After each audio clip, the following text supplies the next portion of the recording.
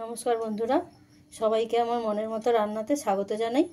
তো আমি আজকে বানিয়েছি ঘুগনি। যেরকম ঘুগনিটা আমরা মেলাতে খেয়ে থাকি, আমি ঠিক সেইভাবেই বানিয়ে নিয়েছি। আপনারাও এইভাবে বাড়িতে বানিয়ে দেখুন। আর আমি এই ঘুগনিটা কিভাবে বানিয়েছি আপনারা প্রথম থেকে শেষ পর্যন্ত দেখতে থাকুন। বন্ধুরা, ঘুগনির জন্য লাগছে কাঁচা লঙ্কা, গোটা ধনে, মৌরি, জিরে, গোটা গরম মশলা, আদা রসুন বাটা, হলুদ গুঁড়ো, লবণ, ধনে গুঁড়ো। আর নিয়েছি গোলমরিচের গুঁড়ো, কাশ্মীরি লঙ্কার গুঁড়ো, টমেটো কুচি, শুকনো লঙ্কা, চিনি। আর নিয়েছি পেঁয়াজ কুচি, নিয়েছি ভেজানো মটর। মটরটাকে আমি 4-5 ঘন্টার মতো ভিজিয়ে রেখেছি। ঘুগনি করার জন্য প্রথমে মটরটাকে সেদ্ধ করে নেব। তার জন্য কড়াইতে জল দিয়ে দিলাম। এর মধ্যে মটরগুলো দিয়ে দিলাম। মটরের মধ্যে আমি হলুদ দিলাম 1/2 চামচ, লবণ দিলাম 1 চামচ। হলুদ লবণটা দিয়ে ঢাকা দিয়ে দেবো কিছু সময়ের জন্য, মটরটাকে সেদ্ধ হওয়ার জন্য। তা আমি তো কড়াই সিদ্ধ করে নিচ্ছি, আপনারা চাইলে প্রেশার কুকারেও দিয়ে সিটি মেরে নিতে পারেন। সিটি মারলে 3টে সিটি মেরে নেবেন, তাহলে সেদ্ধ হয়ে যাবে খুব ভালোভাবে। কিছু সময় ফুটিয়ে নিয়েছি, এরপরে দেখে নেবো মটরটা সেদ্ধ হয়েছে কিনা। হাত দিয়ে ভাবে দেখে নিতে হবে সেদ্ধ হয়েছে কিনা। মটরটা ভালোভাবে সেদ্ধ হয়ে গেছে। এবার নামিয়ে জন্য স্পেশাল একটা মশলা বানিয়ে নেবো। তার জন্য দিয়ে দিলাম শুকনো লঙ্কা, 4টে এলাচ, 4 পিস লবঙ্গ, 2 টুকরো দারচিনি দিয়ে এগুলোকে ভালোভাবে ভেজে নেব। এগুলো একটু ভালো করে ভেজে নিয়েছি। এরপরে এর মধ্যে দিয়ে দিলাম 1 চামচ গোটা ধনে, 1/2 চামচ জিরে, 1/2 চামচ মৌরি। এবার এগুলো দিয়ে আমি ভালো করে ভেজে নেব। বন্ধুরা, মশলাটা আমার ভালোভাবে ভাজা হয়ে গেছে। এবারে আমি এটাকে নামিয়ে ঠান্ডা করার জন্য কিছু সময় রেখে দেবো। তারপরে মশলাটাকে গুঁড়ো করে ঘুগনিটা করার জন্য দিয়ে দিলাম কড়াইতে সর্ষের তেল। মধ্যে দিয়ে দিচ্ছি 1 চামচ চিনি, দিলাম কুচনো পেঁয়াজ, দিয়ে পেঁয়াজটাকে একটু ভালো করে ভেজে নেব। তো আমি তো সর্ষে তেলে করছি, আপনারা চাইলে সাদা তেলে করতে পারেন।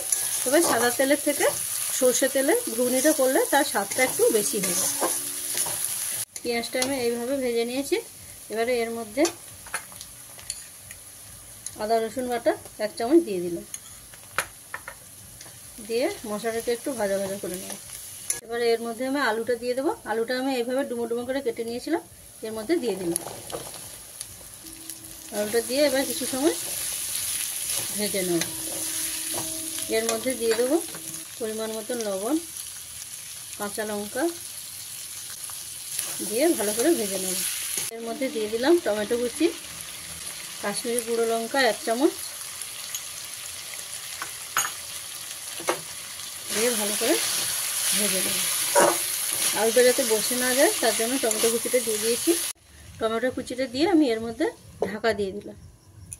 ঢাকাটা খুলে দেখে নেব আলুটা সেদ্ধ হয়েছে কিনা। টমেটো থেকে জল ছেড়েছে, এই টমেটোর জলেই আলুটা সেদ্ধ হয়ে যাবে। দেখে নিই আলুটা সেদ্ধ হয়েছে কিনা। আলুটা সেদ্ধ হয়ে গেছে। এবারে এর মধ্যে আর কটা গুঁড়ো মশলা অ্যাড করব। 1/2 চামচ গোলমরিচের গুঁড়ো, 1 চামচ ধনে গুঁড়ো, 1/2 চামচ হলুদের গুঁড়ো দিয়ে মশলাটাকে এবার ভালো করে কষিয়ে নেব। এইভাবে মশলার সঙ্গে আলুটাকে ভালোভাবে কষিয়ে নিয়েছি, তেল ছেড়ে দিয়েছে। এবারে এর মধ্যে আমি সেদ্ধ করা মটরটা দিয়ে দেবো।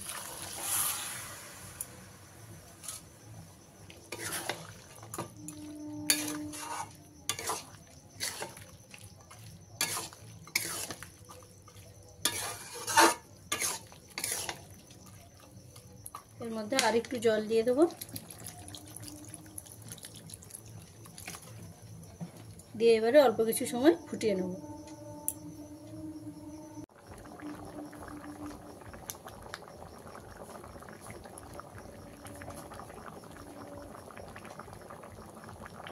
ঘুগনিটা হয়ে গেছে।